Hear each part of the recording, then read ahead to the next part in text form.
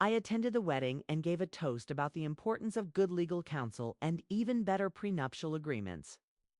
The bride laughed and promised to recommend my approach to all her future clients because some stories don't end with forgiveness and reconciliation.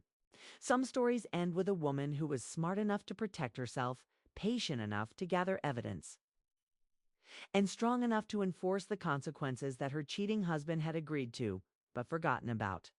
Marcus wanted a Porsche and a young girlfriend. What he got was an expensive lesson in reading contracts carefully and a reminder that underestimating your wife, especially when she's a lawyer, can be a very costly mistake. 12. The car was just a car. But the principle was everything. Actions have consequences. Contracts have meaning. And women who plan ahead don't have to be victims of men who think they're too smart to get caught. Sometimes, the best revenge isn't getting mad, it's getting everything they thought they were too clever to lose. The asset transfer process took 3 weeks and required 2 different attorneys to verify that our prenuptial agreement was enforceable and that the evidence I'd gathered met the legal standard for invoking the infidelity clause. Marcus hired his own lawyer to challenge the transfers.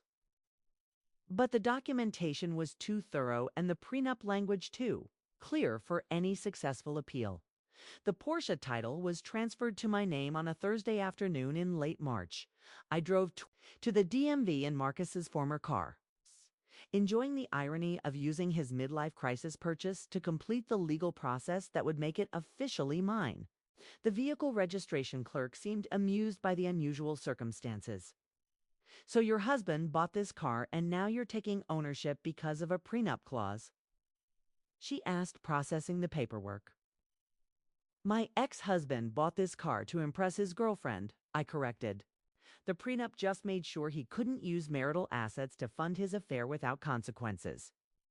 That's actually pretty smart. I wish more women thought ahead like that. The Rolex transfer was more complicated since Marcus had already given the watch to Sophia, and retrieving it required involving both attorneys and making some uncomfortable phone calls. Sophia, it turned out, had no idea that the expensive gifts Marcus had been lavishing on her were subject to a prenuptial agreement that would require their return. I don't understand, she said when Marcus's attorney contacted her.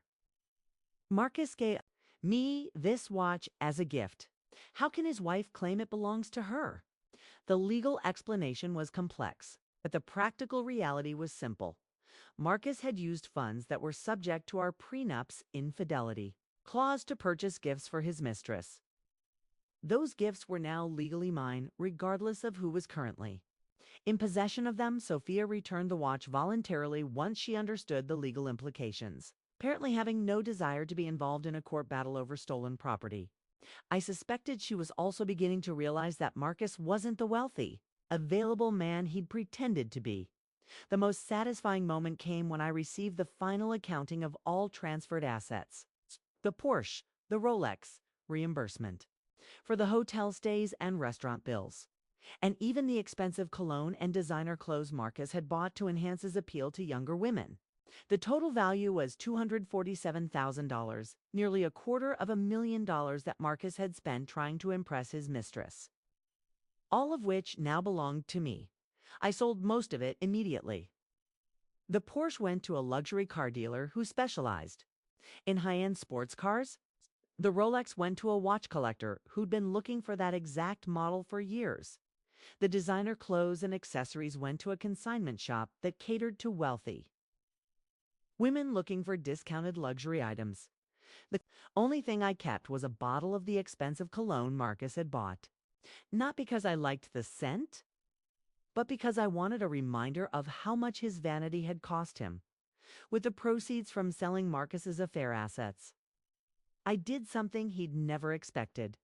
I donated half of it to a legal aid organization that helped women navigate divorce proceedings when they couldn't afford private attorneys. The other half went into an investment account that would fund my early retirement from law practice.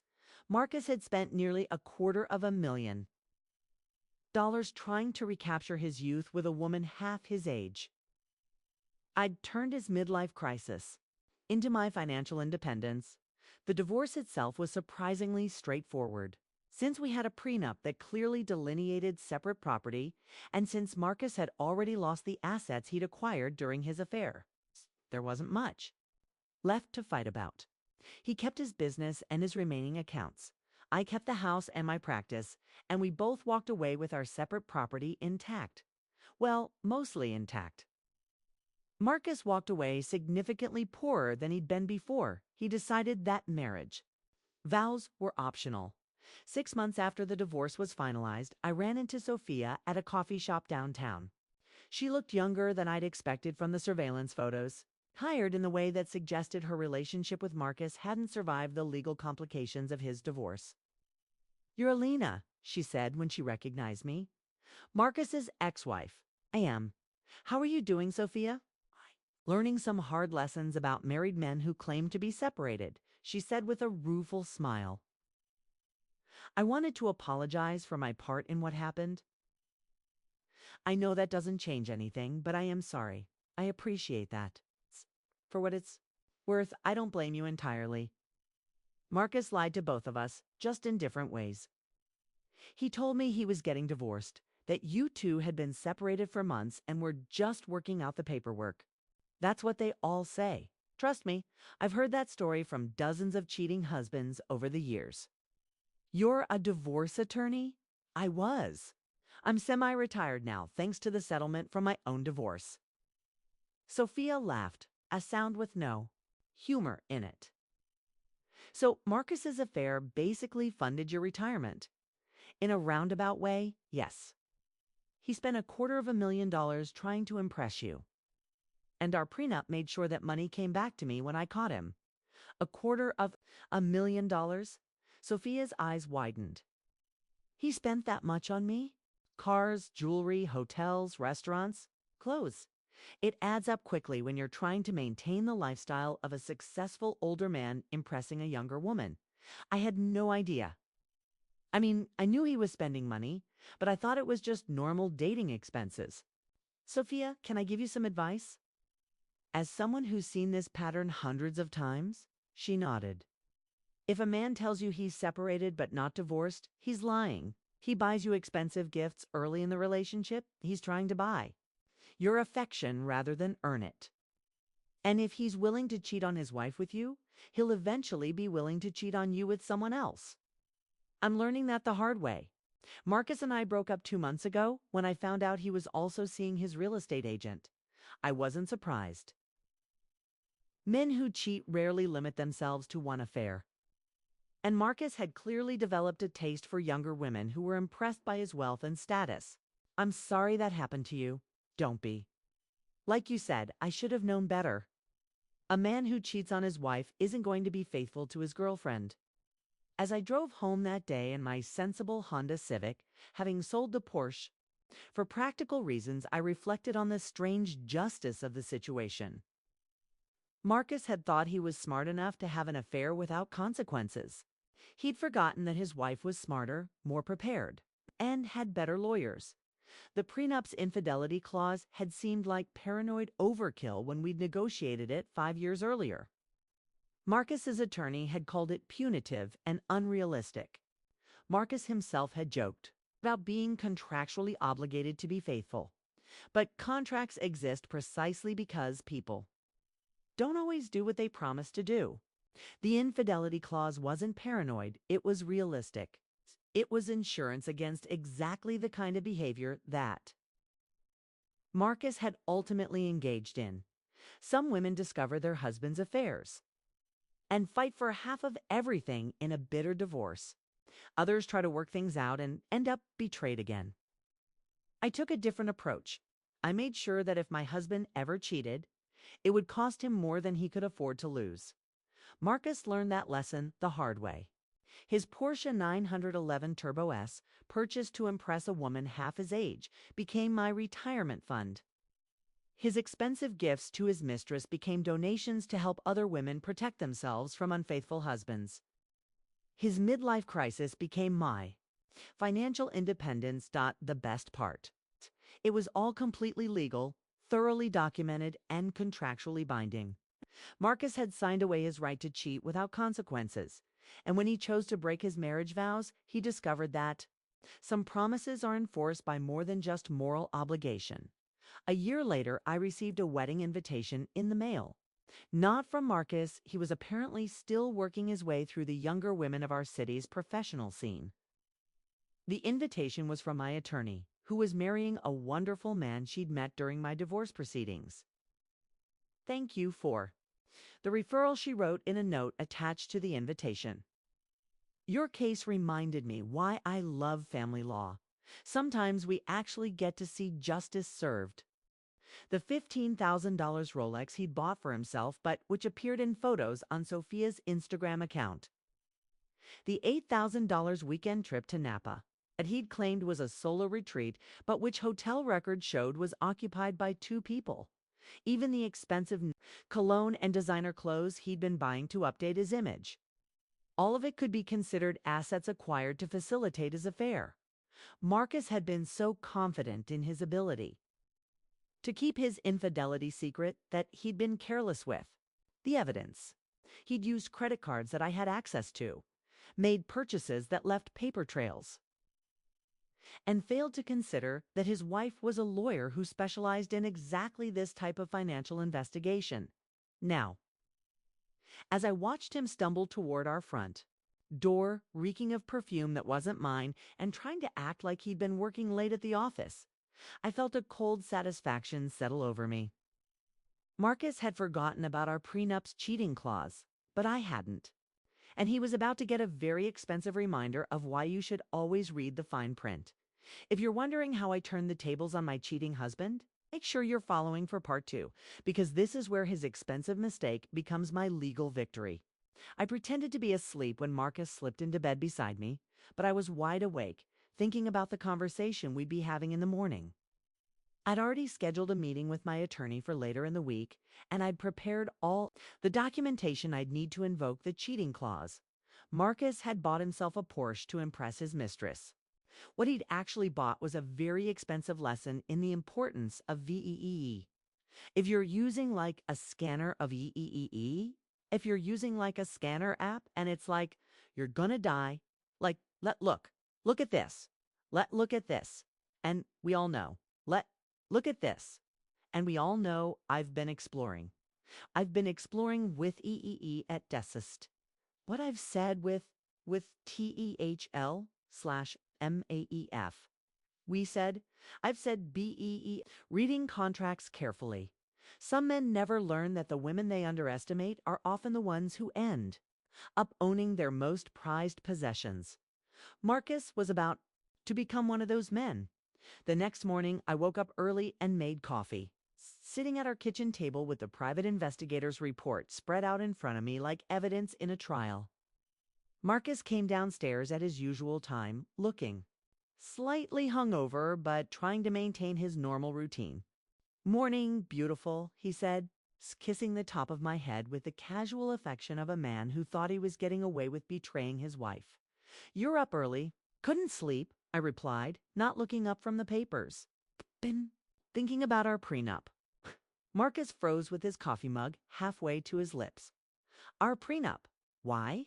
"Just reviewing some of the clauses. You know how I am about legal documents.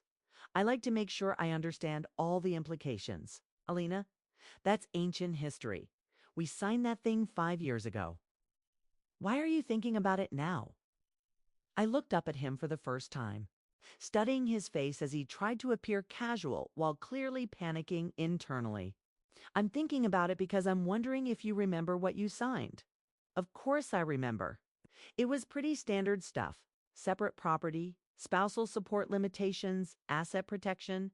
What about the infidelity clause? The color drained from Marcus's face so quickly that I thought he might faint. His coffee mug slipped from his fingers and shattered on the kitchen floor, sending hot coffee and ceramic shards across the tile. "The what?" "The infidelity clause, Marcus. Section 12, subsection C.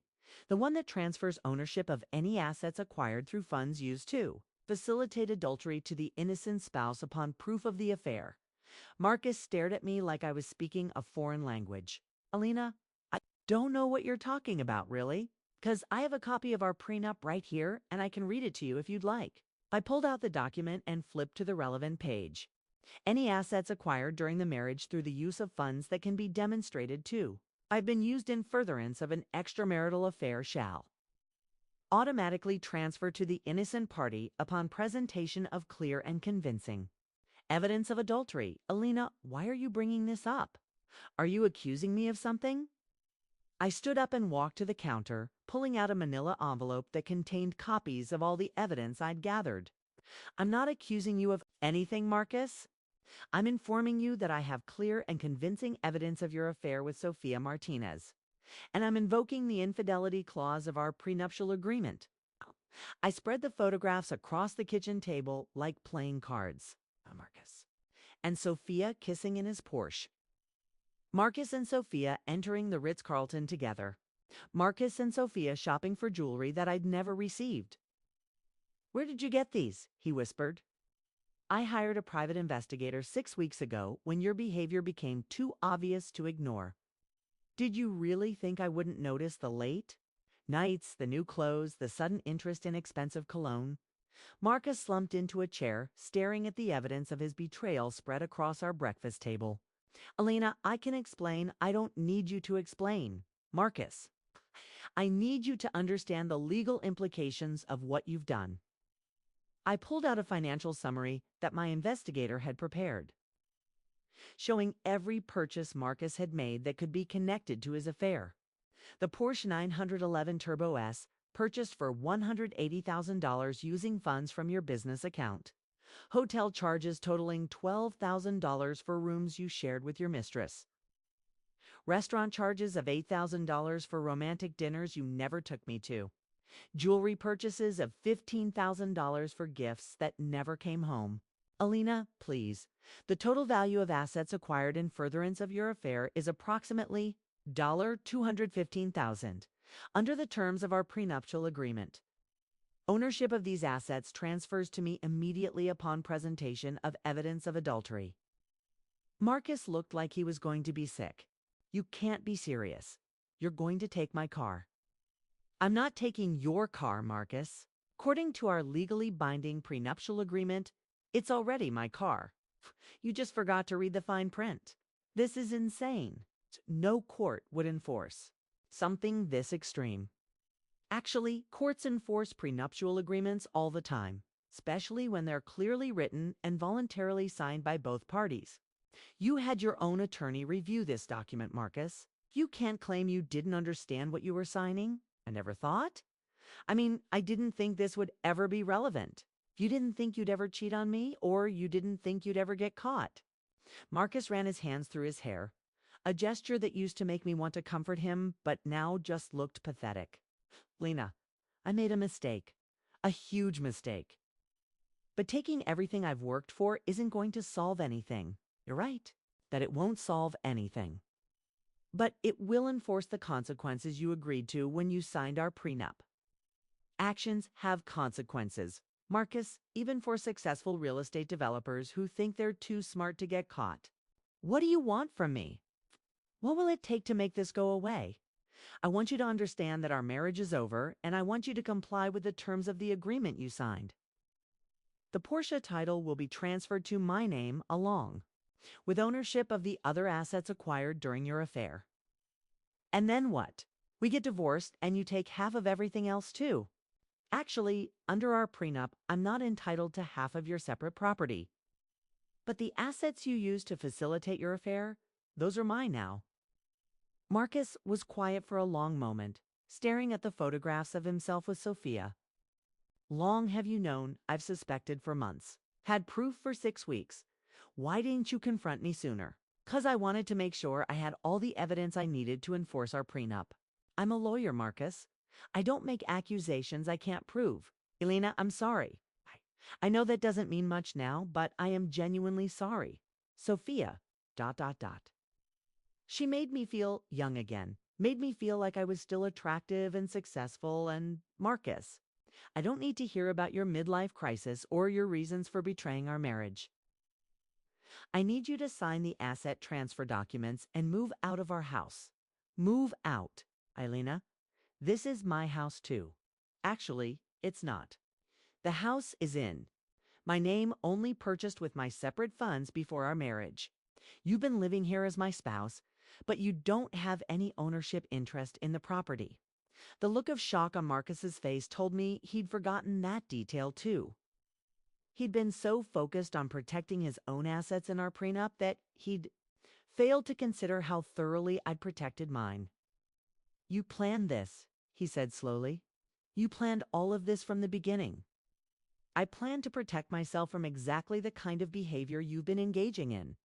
I've seen too many women destroyed by cheating husbands who hide assets and squander marital resources on their affairs. I made sure that wouldn't happen to me. So what happens now? Now you sign the transfer documents, pack your things, and move out. You can keep your business, your separate accounts, and everything else that's legitimately yours. But the assets you used to cheat on me, those belong to me now. If you've ever been betrayed by someone who thought they were smarter than you, hit that like button, share your story in the comments, and send this to anyone who needs to remember that contracts have consequences. The sound of a Porsche 911 Turbo S purring in my driveway at 2 a.m. wasn't exactly what I expected to wake up to on a Tuesday night.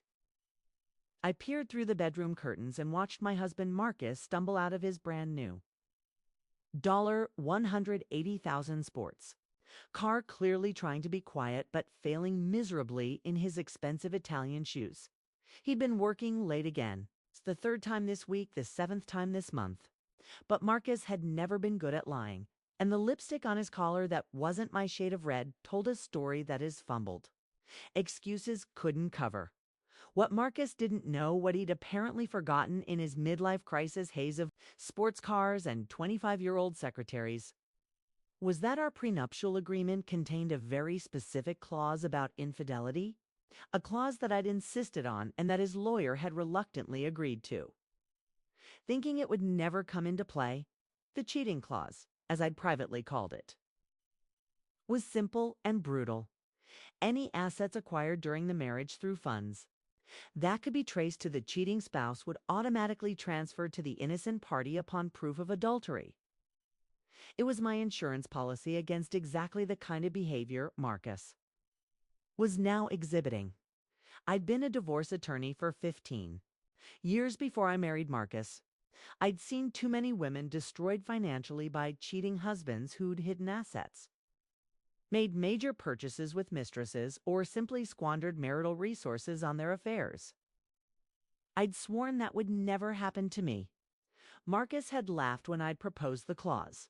"Honey, you're being paranoid," he'd said, signing the papers with the casual confidence of a man who was certain he'd never get caught doing anything wrong. "I would never cheat on you. This is just unnecessary legal paranoia." It's unnecessary legal paranoia, right? I'd met Marcus 5 years ago at a charity gala where he was being honored for his success in commercial real estate development. He was charming, successful, and seemingly devoted to building something meaningful together. At 42, he was ready to settle down with the right woman. And at 38, I was ready to believe that the right man could exist.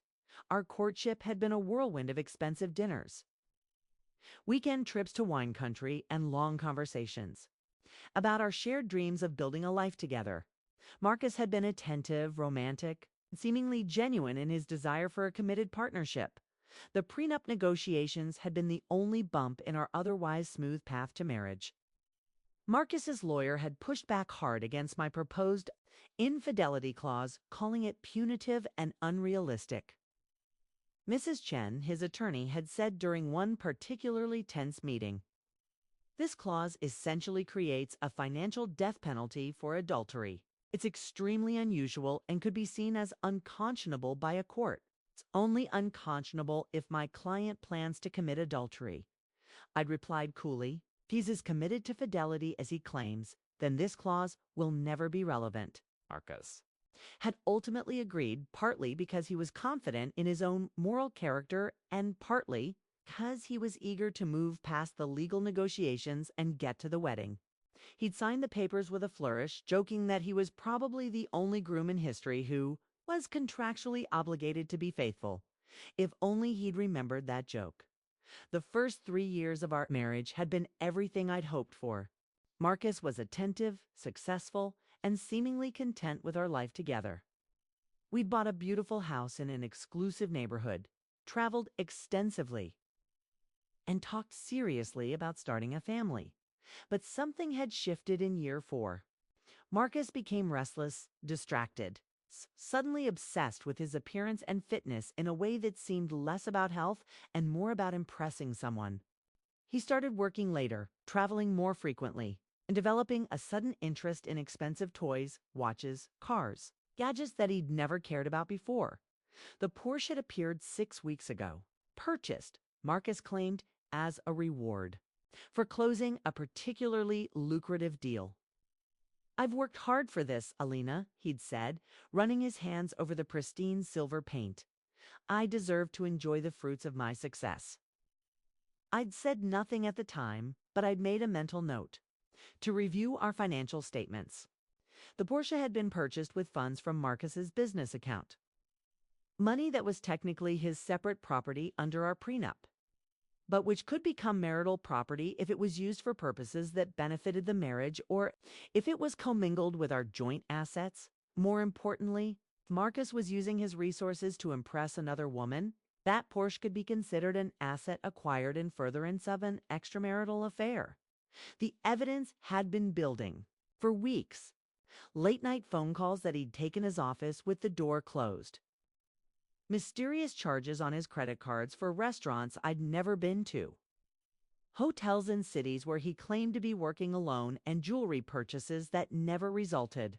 In gifts for me, I'd hired a private investigator discreetly, professionally, with the kind of thorough documentation that would hold up in court. What I'd discovered was both predictable and devastating. Marcus was having an affair with his 25-year-old marketing coordinator, Sophia.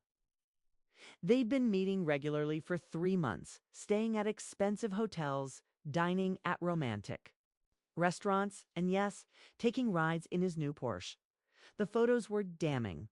Marcus and Sophia kissing in the front seat of the Porsche.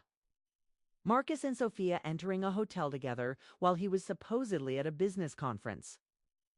Marcus and Sophia shopping together at jewelry stores where he'd purchased a diamond necklace. That had never made it home to me. But the most damning evidence was financial. The private investigator had traced Marcus's spending patterns and discovered that he'd been using his business funds not just for the affair itself, but to purchase gifts and experiences designed to impress his mistress. The Porsche wasn't just a midlife crisis purchase, it was a tool of seduction bought specifically to enhance his image with a woman young enough to be impressed by expensive cars and older men with money. Under the terms of our prenuptial agreement, that made the Porsche mine. I'd been planning my confrontation for 2 weeks, gathering evidence and consulting with my own attorney to make sure I understood the full implications of the cheating clause. What I'd discovered was even better than I'd hoped. Not only did the Porsche qualify as an asset acquired in furtherance of adultery, but several other recent purchases did as well.